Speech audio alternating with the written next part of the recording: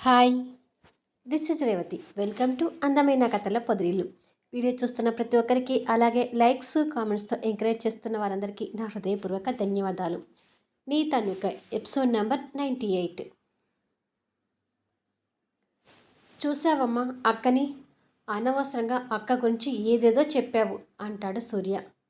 నా గురించి అమ్మ ఏం చెప్పింది సూర్య అని అడుగుతుంది మైథిలి. అక్క ఇప్పుడు గొప్పింటి వారసురాలు. ఇప్పుడు తనకి మనకి ఎలాంటి సంబంధం లేదు. అక్క మీద ఎలాంటి ఆశలు పెట్టుకోవద్దు సూర్య అని చెప్పింది అక్క అమ్మ అని అంటాడు. ఆ మాటలకి మైథిలి కాస్త బాధపడుతూ, అదేమిటమ్మా, నా గురించి అలా ఎలా అనుకున్నావు? నా కన్న వాళ్ళ గురించి తెలిసినంత మాత్రాన నేను మిమ్మల్ని మర్చిపోతానని ఎలా అనుకున్నారు? ఇప్పటి వరకు నన్ను అర్థం చేసుకుంది ఇదేనా అంటూ మైథిలి కన్నీళ్ళు పెట్టుకుంటుంది. అయ్యో, ఏమిటమ్మా ఈ కన్నీళ్ళు అంటూ తన కన్నీళ్ళు తుడిచి, నీ గురించి నేను ఇలా ఆలోచించడం నా పొరపాటే. కానీ ఎందుకో నీ కన్నవాళ్ళ గురించి నీకు తెలిసేసరికి మమ్మల్ని మర్చిపోతావేమో అని ఆలోచించేదాన్ని. మళ్ళీ అంతలోనే నా కూతురు అలా చేయదు, మా కోసం తన జీవితాన్ని అర్పించింది, అలాంటి నా కూతురు మమ్మల్ని మర్చిపోదని సమాధానపరుచుకునేదాన్ని. ఇలా రకరకాల ఆలోచనలతో కలవరపడి వాడితో అలా మాట్లాడానమ్మా అని అంటుంది. అలా ఎప్పటికీ ఆలోచించకమ్మా, నేను ఎప్పటికీ మీ కూతుర్నే అంటుంది మైథిలి. ఇప్పుడు నీ మాటలు విన్నాక ఇక నా మనసులో ఏ కలవరం లేదమ్మా అంటూ సంతోషపడి, ఉండమ్మా కాఫీ తీసుకొస్తాను అని రాజేశ్వరి వెళ్ళబోతుంటే, నువ్వు కూర్చో అమ్మా, నేనే కాఫీ కలుపుకొని తీసుకొస్తాను అంటూ మైథిలి రాజేశ్వరిని కూర్చోబెట్టి కిచెన్లోకి వెళ్తుంది. కొద్దిసేపటికి ముగ్గురు కాఫీ తాగుతుంటారు. అక్క, ఐశ్వర్య గ్రూప్ ఆఫ్ ఇండస్ట్రీస్కి నువ్వు చైర్పర్సన్ అని మార్నింగ్ న్యూస్లో చూశాను. నీ గురించి టీవీలు ఇస్తుంటే భలే అనిపించిందక్క అంటాడు సంతోషపడుతూ. అవునమ్మా మైథిలి, ఆ కళ్యాణ్ ఐశ్వర్య నిలయం నుంచి వెళ్ళాడని తెలిసింది. ఎందుకు వెళ్ళాడు? అసలు ఇది నిజమేనా అని అడుగుతుంది రాజేశ్వరి. అలా అనగానే మైథిలికి కళ్యాణ్ దగ్గర అన్నీ తీసుకొని బయటికి పంపించేది గుర్తొస్తుంటుంది. సీఈఓ పదవికి కూడా కళ్యాణ్ సార్ రిజైన్ చేశాడని న్యూస్లో చూశాను. ఇది కూడా నిజమేనా అక్క అని అడుగుతాడు సూర్య. అన్నీ నిజమే అంటుంది కాస్త కటువంగా. ఎందుకమ్మా అలా? ఇన్ని రోజులు ఆస్తుల కోసం కష్టపడి ఇప్పుడు బయటికి వెళ్ళడం ఎందుకు? అతను వెళ్తానంటే నువ్వైనా ఎలా వెళ్ళనిచ్చావు అని అడుగుతుంది. అది అతని ఇష్టమమ్మా, వెళ్తానన్నాడు.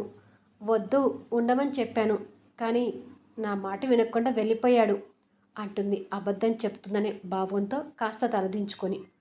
అవునా, మరి బాబు సంగతి ఏంటి అని అడుగుతుంది. బాబు ప్రస్తుతానికి మా దగ్గరే ఉన్నాడు. అమ్మమ్మ గారు కూడా నాతో పాటే ఉంటుంది అని అంటుంది. పిన్ని గారి గురించి వదిలే, కానీ బాబుని నీ దగ్గర ఎందుకు ఉంచుకున్నావమ్మా? నీతో బాబుంటే కష్టం కదా అని అడుగుతుంది కాస్త కంగారుగా. నీ బాధ నాకు అర్థమైందమ్మా.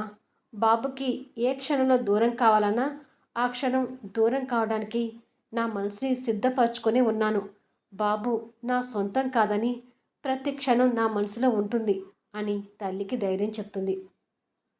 అది కాదమ్మా, నువ్వు బాబుకి దూరం అయ్యి మోహన్ని పెళ్లి చేసుకొని కొత్త జీవితాన్ని ప్రారంభించాలనుకుంటున్నాను. మరో 6 నెలల్లో మోహన్ వస్తానంటున్నాడు. అప్పుడే నిన్ను పెళ్ళి కూడా చేసుకుంటానంటున్నాడు. మోహన్ వచ్చేసరికి నువ్వు బాబుకి దూరం అయితే మంచిదని నా అభిప్రాయం అని అంటుంది. మోహన్తో పెళ్ళి అనగానే మైథిలి కంగారుగా చూస్తుంటుంది. ఏమిటమ్మా అలా కంగారు పడుతున్నావు అని అడుగుతుంది రాజేశ్వరి. ఏమీ లేదమ్మా, అన్నట్టు నేను ఇప్పుడు ఎందుకు వచ్చానో తెలుసా అని అడుగుతుంది. దేనికి అన్నట్టుగా ఇద్దరు చూస్తుంటారు. మీ ఇద్దరిని కూడా నాతో పాటు ఐశ్వర్య నిలయానికి తీసుకువెళ్ళడానికి అని అంటుంది. ఆ మాటలకి రాజేశ్వరి ఆశ్చర్యంగా చూస్తుంటుంది. అవునమ్మా, నేను అక్కడ ఉండాలి కాబట్టి మీరిద్దరిని కూడా నాతో పాటే అక్కడికి తీసుకెళ్దామని వచ్చాను అని అంటుంది. వద్దమ్మా, నీతో పాటు మేము రావడం ఏంటి? మేము అలా రాలేము అంటుంది రాజేశ్వరి. అది కాదమ్మా, నేను అక్కడ మీరు ఇక్కడ ఉండటం ఎందుకు అని మాట్లాడుతుంటే, లేదమ్మా, ఇది మీ నాన్నగారి జ్ఞాపకంగా కట్టించిన ఇల్లు. ఈ ఇల్లు వదిలి వెళ్ళడం అంటే అది నేను చనిపోయిన తర్వాతే అని అంటుంది. అమ్మా అని అంటుంది మైథిలి బాధపడుతూ. ఈ విషయంలో మమ్మల్ని ఇబ్బంది పెట్టకు మైథిలి.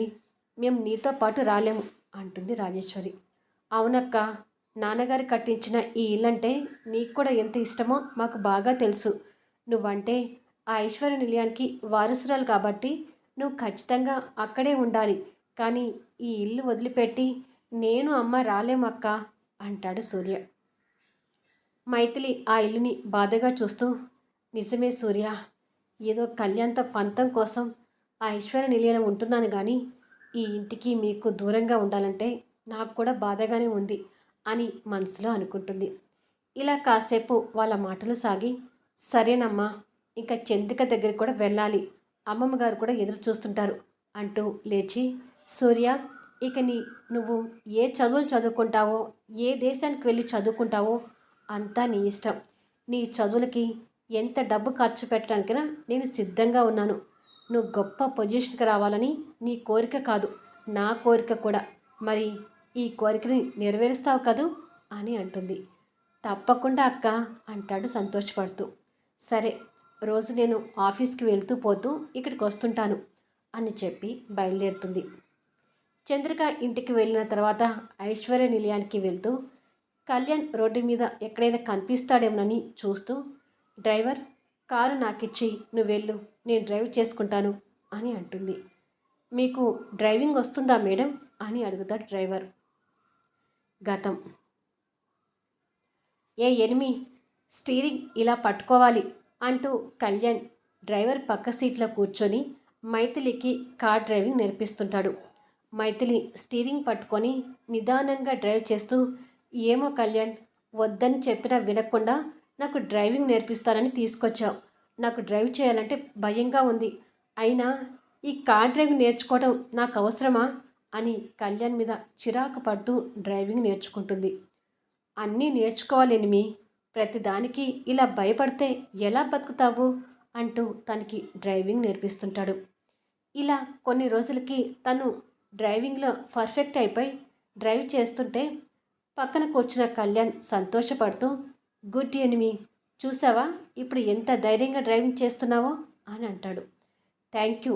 ఎప్పుడైనా నిన్ను కారు కింద వేసి తొక్కించడానికి ఈ డ్రైవింగ్ బాగా పనికొస్తుందిలే మెంటలోడా అంటుంది నవ్వుతూ. కళ్యాణ్ చిరుకోపంతో తన చెవి పట్టుకొని మెల తిప్పుతూ, నీకు ఈ మధ్య నా మీద చమత్కారాలు వేయడం బాగా ఎక్కువైందనిమి, బాస్ అని కూడా చూడకుండా మెంటలోడు అంటూ రెచ్చిపోతున్నావు అని అంటుంటే, అబ్బా, చెవి నొప్పిలేస్తుంది కళ్యాణ్, వదులు ప్లీజ్ అంటూ రిక్వెస్ట్ చేస్తూ డ్రైవింగ్ చేస్తుంటుంది. నేను ఇంత కష్టపడి డ్రైవింగ్ నేర్పిస్తే నన్నే కారుతో తొక్కిస్తానంటావా? దీనికి పనిష్మెంట్ ఏమిటంటే నీతో నా మొదటి కోరికని ఇప్పుడే తీర్చుకుంటాను అంటూ మీదకి రాబోతుంటాడు. మైథిలి ఒక్కసారిగా భయంతో బ్రేక్ వేస్తుంది. అంటే అక్కడ ఫాస్ట్లోనూ ఇక్కడ ప్రెజెంట్లోనూ సడన్ బ్రేక్ వేస్తుంది. అబ్బా అంటూ కారు కింద పడిన వ్యక్తి అరుపు వినిపిస్తుంది. మైథిలి కంగారుగా ముందుకు చూసేసరికి కారు కింద పడిన కళ్యాణ్ మోచేతి కొద్దిపాటి గాయంతో రక్తాన్ని చూసుకుంటూ పైకి లేస్తుంటాడు. మైథిలి కళ్యాణ్ చూసి షాక్ అవుతూ కారు దిగుతుంది. కళ్యాణ్ దెబ్బను చూసుకొని ఎదురుగా కార్ని మైథిలిని చూసి ఆశ్చర్యపోతూ, ఓ ఎనిమి, ఇది నీ పనా? నన్ను చంపేస్తావా ఏంటి? ఆ రోజు అన్నట్టుగానే నన్ను కారు కిందేసి తొక్కేటట్టు ఉన్నావే అంటాడు. పూర్తిగా తొక్కలేదు కదా, సంతోషపడు అంటూ రక్తాన్ని కనిపిస్తున్న గాయం వైపు చూస్తుంటుంది. చూడేనిమి, నువ్వు చేసిన పనికి ఎలా దెబ్బ తగిలిందో అంటాడు. మైథిలి ఆ గాయాన్ని చూసి మొహం తిప్పుకొని, ఆ మాత్రం గాయానికి నీ గుండె ఏమీ ఆగిపోదులే, జాగ్రత్తగానే ఉంటుందిలే అని అంటుంది. అయినా ఎనిమి, నీకు డ్రైవింగ్ ఎలా చేయాలో నేర్పించాను కదా, అలా మనుషుల్ని చూసుకోకుండా గుద్దేయడమేనా? ఇక్కడ నేను కాబట్టి సరిపోయింది, అదే ఇంకొకడైతే ఎంత గొడవ చేసేవాడో తెలుసా అంటాడు. మైథిలి బ్యాగ్ వైపు చూసి, అది సరే కానీ ఏంటి, ఆ అర్జున్ కూడా నిన్ను గెంటేశాడా అని అడుగుతుంది హేళనగా. గెంటేయకపోతే నీ కళ్ళు చల్లబడవు కదా అంటాడు కోపంగా. సో ఇక నీ బతుకు కేర్ ఆఫ్ ప్లాట్ఫామ్ అన్నమాట అంటుంది నవ్వుతూ. అన్నమాట కాదు, ఉన్న మాటే. ఎంత కక్ష సాధిస్తున్నావే రాక్షసి, నవ్వుతున్నావు కదా, బాగా నవ్వి ఆనందపడు అంటాడు కోపంగా. మరి నువ్వు నా విషయంలో చేసింది తక్కువ, నన్ను ఎంతగా ఏడిపించావో నువ్వు మర్చిపోయినా నేను మర్చిపోను కదా. అందుకే ఇప్పుడు నిన్ను చూసి బాగా నవ్వుతున్నాను. అయినా ఇప్పుడేముంది, ముందు ముందు ఇంకా ఉంటుంది చూడు. అప్పుడు చూసి ఇంకా నవ్వుతాను. అసలు మార్నింగ్ కూడా ఆఫీస్కొచ్చి ఎన్ని ఫోజులు కొట్టావు అంటుంది కోపంగా. ఆ ఫోజులు ఇప్పటికి కూడా తగ్గవలే కానీ నేను ఇలా అర్జున్ ఇంటి నుంచి వచ్చి రోడ్డు మీద ఉన్నానని గ్రానీకి తెలియనివ్వకు. తెలిస్తే తట్టుకోలేదు అంటాడు బాధపడుతూ. నీ గురించి కాకపోయినా అమ్మమ్మ గారి గురించైనా నీ విషయం తెలియనివన్లే, దానికి సంతోషపడు అని అంటుంది. థ్యాంక్స్ అన్నట్టు ఎనిమి, బాబుని నీ దగ్గర వదిలేసి వచ్చానని వాడికి దగ్గరవ్వకు. వాడికి నువ్వు ఎంత దూరంగా ఉంటే రేపు నీకు అంత మంచిది. నేను ఎక్కడో దగ్గర సెటిల్ కాగానే బాబుని నాతో తెచ్చుకుంటాను అని అంటాడు. నేను నిన్ను సెటిల్ కానిస్తేనే కదా అని అనుకుంటుంది మనసులో కసిగా. అందుకే ముందే చెప్తున్నాను ఎనిమి, బాబుకి ఇప్పుడు నువ్వు దగ్గరైతే తర్వాత నువ్వే బాధపడతావు అని అంటాడు. మంచిది అంటుంది నిర్లక్ష్యంగా. మరొక విషయం ఎనిమి, నీ గురించి న్యూస్లో వచ్చింది కాబట్టి ఆ ఈశ్వర్ వాళ్ళకి ఈ పాటికే తెలుసుంటుంది. అందుకే ప్రతి క్షణం నువ్వు జాగ్రత్తగా ఉండాలి అని అంటాడు. మైథిలి నిర్లక్ష్యంగా చూసి, నువ్వు తప్పుకుంటే ఇక నేను వెళ్తాను అంటూ కారులో కూర్చుంటుంది. నేను చెప్పేది విని ఎనిమి, నా మాటలు అంత నిర్లక్ష్యంగా కొట్టిపారేయకు అంటాడు కార్ డోర్ దగ్గరికి వచ్చి. మైథిలి వినిపించుకోకుండా కారు స్టార్ట్ చేస్తుంది. జాగ్రత్తగా డ్రైవ్ చేయి, స్పీడ్ వద్దు, చెప్పేది విను, గ్రానీ బాబు జాగ్రత్త అని అంటుండగానే కార్ ముందుకు వెళ్తుంటుంది.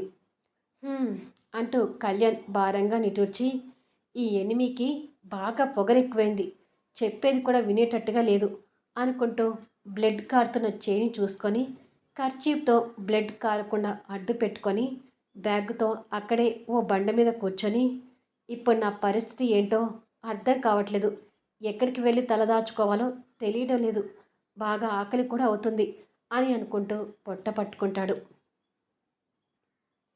ఆ తర్వాత ఏం జరుగుతుందనేది నెక్స్ట్ వీడియోలో చూద్దాం. ఈ వీడియోపై మీ అభిప్రాయాలు తెలుపుతూ కామెంట్స్ ఇవ్వండి. అలాగే లైక్స్ ఇచ్చి ఎంకరేజ్ చేయండి.